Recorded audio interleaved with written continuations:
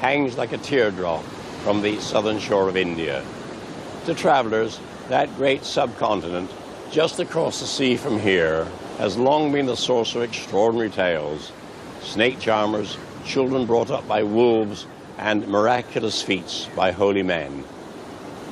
And in the wake of the travelers have come scientists and skeptics, attempting to find the truth behind these stories. What do they think of mysterious India?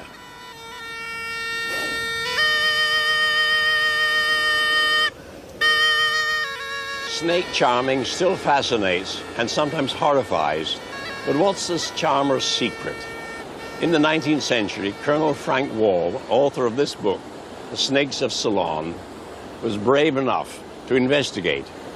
He conducted his experiments with cobras on the veranda of his own house, and his work's being continued by Romulus Whittaker.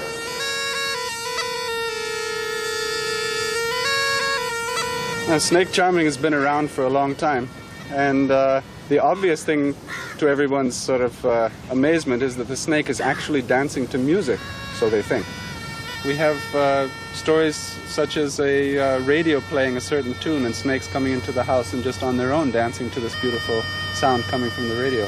So with these many beliefs wandering around India and people actually believing this thing, the snake charmer has no trouble at all in convincing his audience. I'm playing this sound and the snake is dancing to it. No modern investigator has dared to repeat Colonel Wall's dangerous experiment and confirm his findings.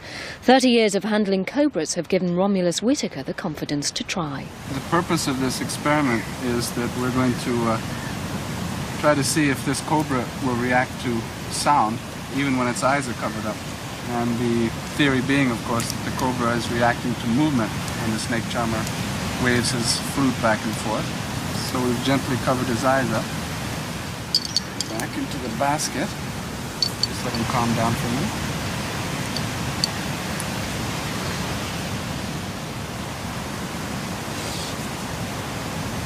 Okay, he feels very disoriented. And the only reaction we are getting is that he wants to escape.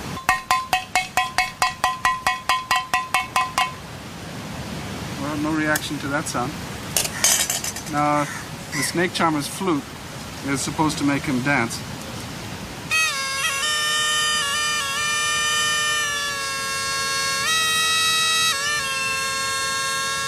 But he seems still more interested in finding a place to hide and wondering what this is covering his eyes. He's not spreading a hood, nor is he reacting in any way to the flute or the pots and pans beating. Okay, now we'll take the blindfold off, I think, and see what. Be careful. Not only for him, but for yourself as well.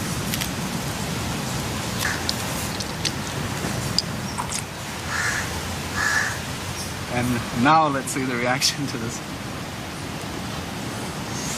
Oh, okay.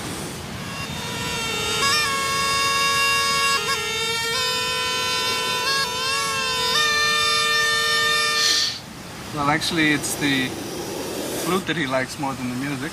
He'll follow that just about anywhere, including all the way around. So basically, the snake, when he's not blindfolded, is going to follow movement. When he is blindfolded, if you touch him, of course, he's going to react, but he hasn't heard a thing.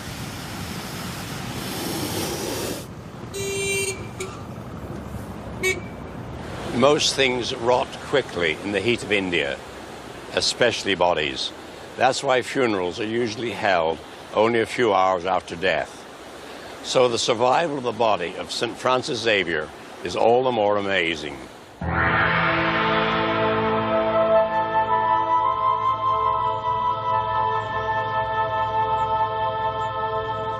Goa is a former Portuguese colony. It's where the first Christian missionaries landed in India. The Basilica of Bon Jesus is a place of pilgrimage, not only for believers, but also for medical investigators. The dead body of St. Francis Xavier is entombed here.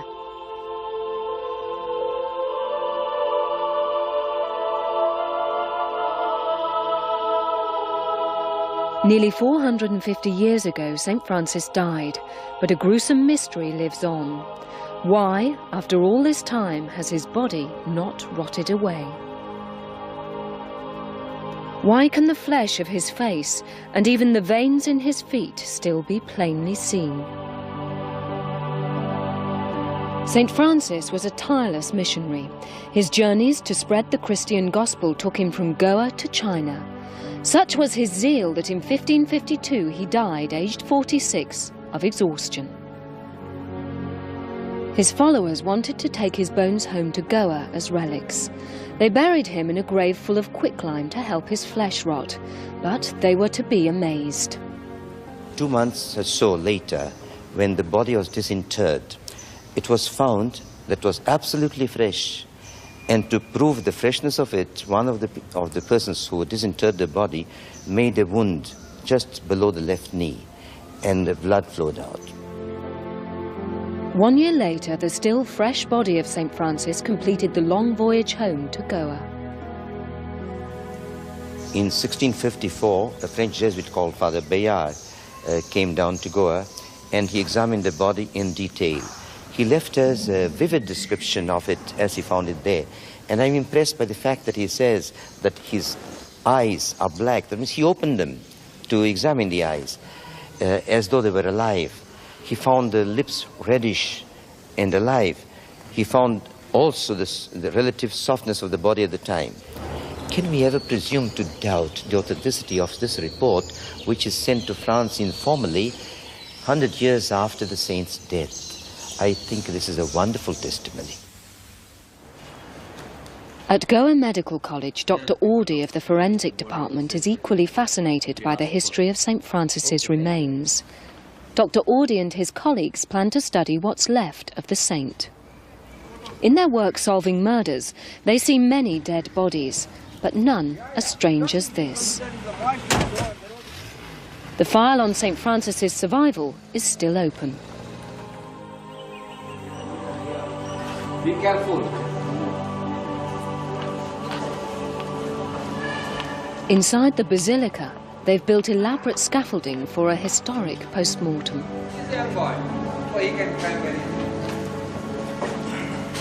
We can see here, there are heads, definitely. Flesh remains on St. Francis's skull. Even wisps of his hair have survived 4 centuries. The doctors search for every clue.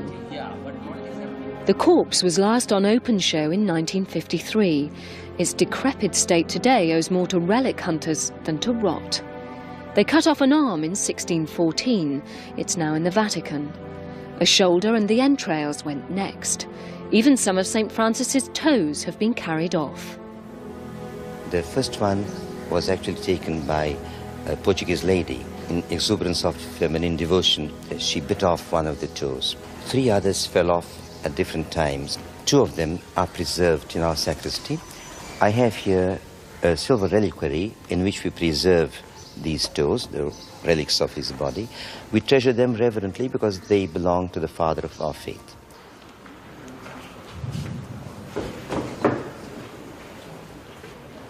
The scientists' bird's-eye view of St. Francis provokes fierce debate. They know why the body is decaying now, but how did it stay so fresh for 150 years? After death, the 2 processes are taking place. Number 1 is autolysis. Dr. Audi believes that the quicklime used in the original grave so dried the body that putrefaction could not set in. Thus, science explains the mystery. The first sign of death is that the body stinks. That's a notorious, foul-smelling. Everybody will run. Dr. Sapego, on the other hand, favours a miracle. He maintains that all the reports of the time speak of the body being moist. The body should be disintegrated faster. Did it take place? No. In my opinion, I would say this body, The skin is completely dry. because of the quicklime which has been put below and above this particular body and put in the coffin. And in my opinion, I feel that the lime was used in order that the body should get decayed faster, which did not take place. The scientists must agree to differ, but Father Rego believes the case has a divine solution. I can only say it's a miracle worked by God. There are fixed laws of nature. They are laws that God himself has put in nature, but God can suspend his laws or can go against them. As here, he has suspended the law of corruption of a dead body. Now, why could he have done that? how can we fathom the mind of God?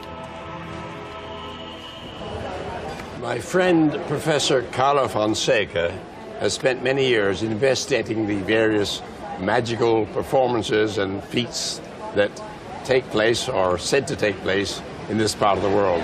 Of course, the most famous of all these is the Indian rope trick. Now, have you ever seen it yourself? No, Arthur, I haven't. But of course, this, as you say, is the most fantastic of them all. In 1938, a journalist from Bombay published these extraordinary pictures. He claimed they showed the classic rope trick. First, the magician tosses a rope into the air. Suddenly, it becomes completely rigid. His boy assistant scurries to the top. Under the hypnotic gaze of the magician, the onlookers swear the boy has vanished into thin air. Sabre in teeth, the magician scales the rope. The horrified audience sees the boy's severed limbs fall to the ground. But with a few magic words and a flourish, the master reveals the child at the bottom of the rope whole again.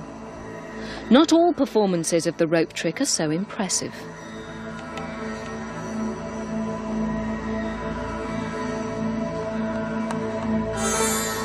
This magician called himself Karachi, but he was English.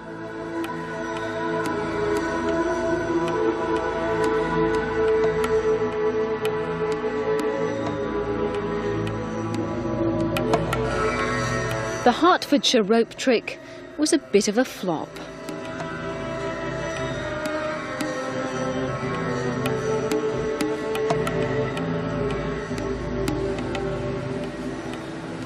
In your wide travels, have you ever seen it? I've never seen it, and you know anyone who has? Well, I count among my friends the smartest magicians in this country. They haven't seen it. None of them can perform it. But we cannot discount this altogether because there are people who claim to have seen it and actually photographed it. In 1917, Captain F.W. Holmes VC took this photograph from the veranda of his bungalow in Pune. And another soldier took this precarious picture.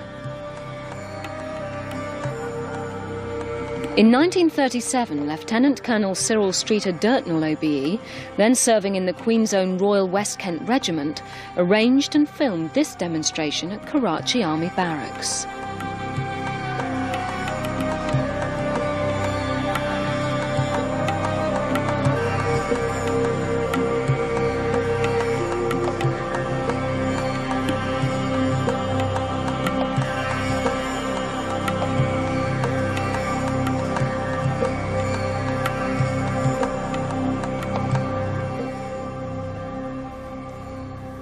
The rope trick is not the only Indian mystery to have captured the imagination of the world.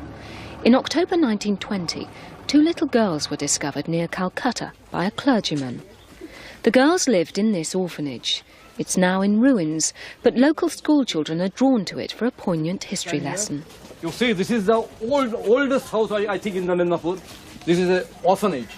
I'll explain to you earlier. And you see... The two little girls were said to have been brought up by wolves.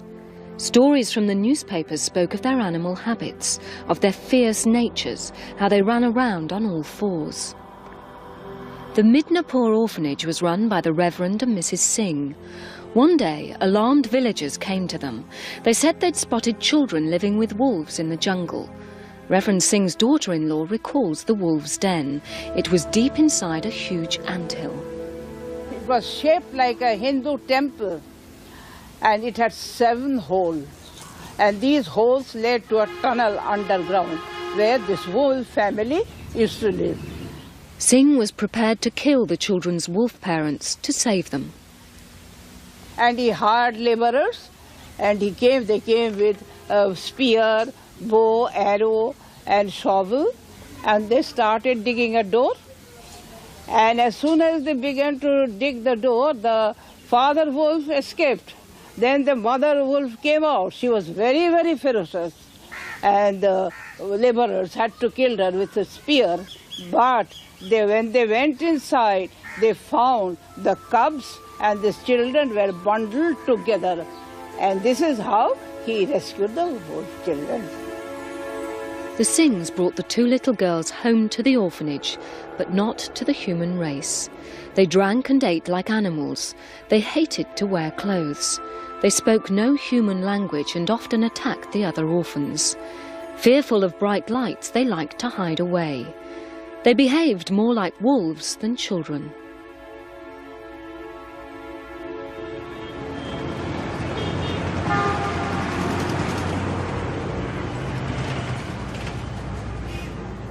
One of the very few people alive today who met the wolf children is Mrs. Geeta Malik.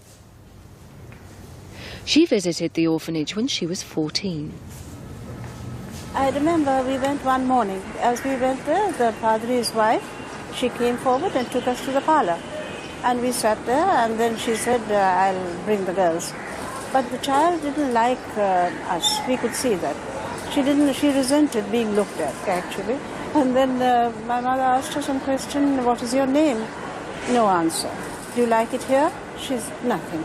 No answer. She just growled, you know, she was just growling.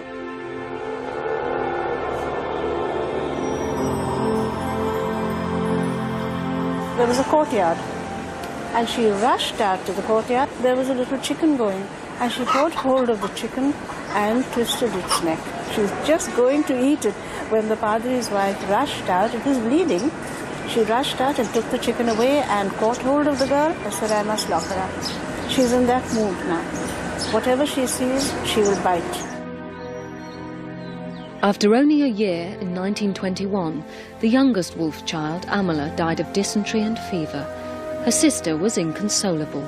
She wouldn't touch food, neither food nor water or milk, for 2-3 days. And at night she would howl like a wolf, cry, scream, and after dusk she would run out of this orphanage, but she couldn't find Amala. The older girl survived only into her teenage years. She died in 1929. Now the children are buried beside their adoptive father, together in death.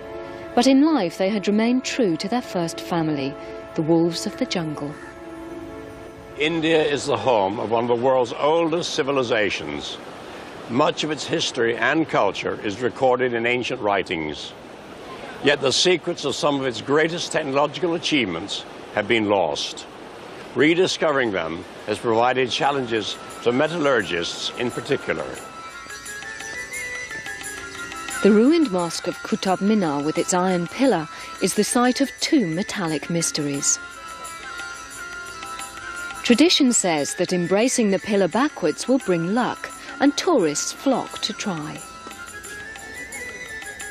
The first mystery: why has the pillar never rusted in 16 centuries?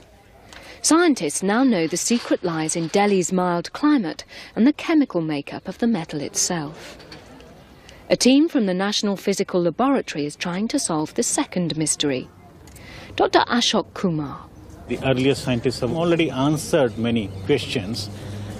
It only remains now a mystery, how was it made, especially if we look at its age, 1600-year-old, and if we look at its massive weight, about 6 tons of weight and such a long one. That remains a mystery, and we'd like to certainly answer how was it made and what is the structure inside. A popular theory is that the ancient metallurgists placed discs of molten iron one on top of another. Heavy hammering and more heat bound them together. They formed the pillar like a tower of iron chapatis. Dr. Kumar is using ultrasound to detect any joins left by such a method. The speed that sound travels through the iron will tell him if the pillar's made of discs. We put 2 transducers diametrically opposite to each other and measured the velocity. And then kept one transducer secured at one place and moved another one a bit higher and again measured the velocity. And then brought this one a little lower than even the previous position, and again measured the velocity. Now, these 3 velocities are roughly of equal order. If there was anything, any joint here between the 2 pieces, this velocity would have not been the same. Kumar concludes the pillar was built in one piece, but how was this cast, centuries before the invention of large furnaces? What we would like to suggest right now is that it was perhaps a mold in which the iron was simply put, the molten iron was put, allowed to cool down, and hammered it from outside. And then some more iron put in the mold and again hammered from outside. And they continuously kept on doing for days and days till they could get to this shape.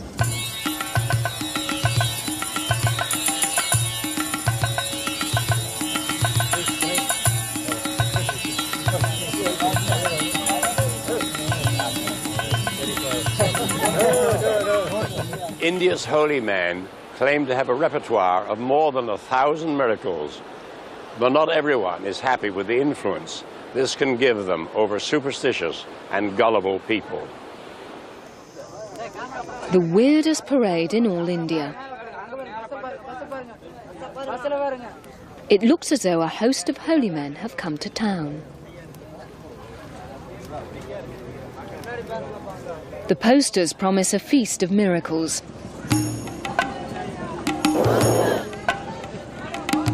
But appearances deceive. That's the message of this man. Premanand has dedicated his life to debunking the holy men's repertoire. They claim they can perform 1,500 miracles.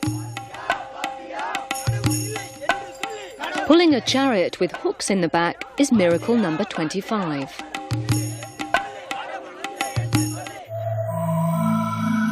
Dedicated to exposing godmen who cheat the poor, Premanand travels India explaining their trickery. The next item is making tea on the head of a beautiful lady. This is miracle number 95. Keep it over there.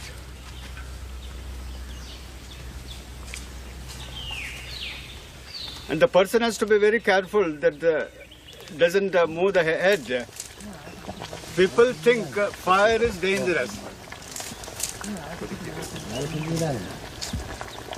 Remove. Then what you have to do, you have to very carefully put it on it so that it doesn't fall down. And you take it. You put wet dough. The trick is explained. Wet dough hidden in the towel keeps the lady's head from burning. And knowing this secret, the godmen move the fire on their body. In the evening, the village show begins. Ask him not to move the fire on the body, but to keep the fire on the same place. Nervous volunteers are chosen to take part.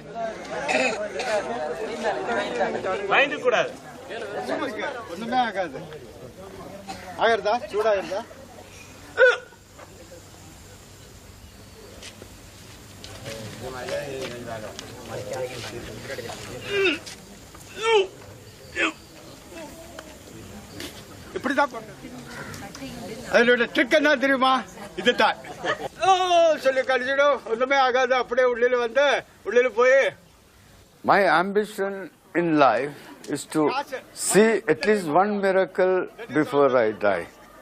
I think my experiences shows that I may not be able to do it.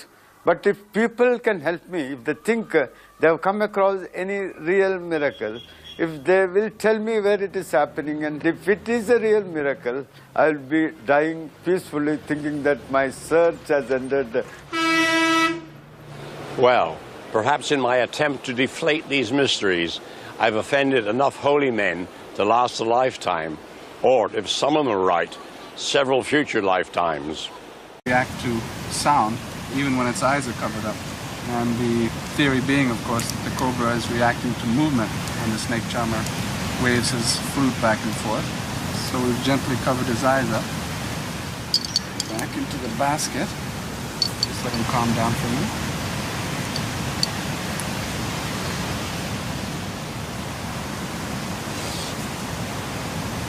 Okay, he feels very disoriented. And the only reaction we are getting is that he wants to escape. It still fascinates and sometimes horrifies, but what's this charmer's secret? In the 19th century, Colonel Frank Wall, author of this book, The Snakes of Ceylon, was brave enough to investigate. He conducted his experiments with cobras on the veranda of his own house, and his work's being continued by Romulus Whitaker.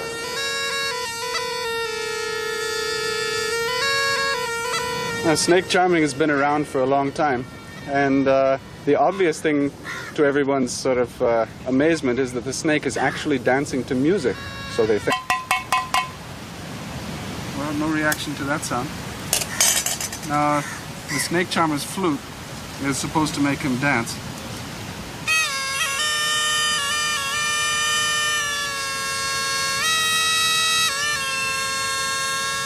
He seems still more interested in finding a place to hide and wondering what this is covering his eyes.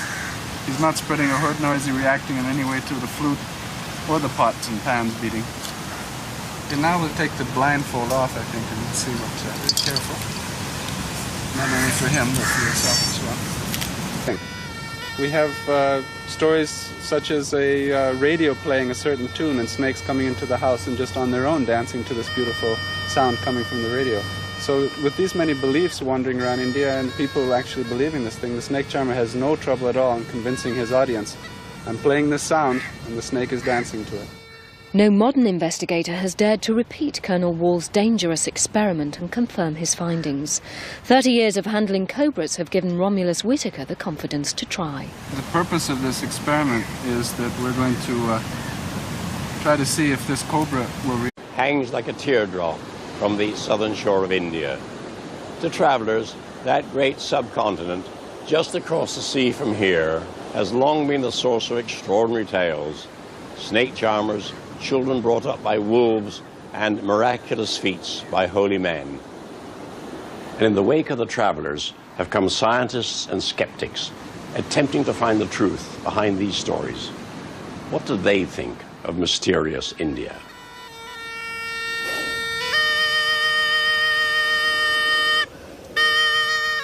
Snake charming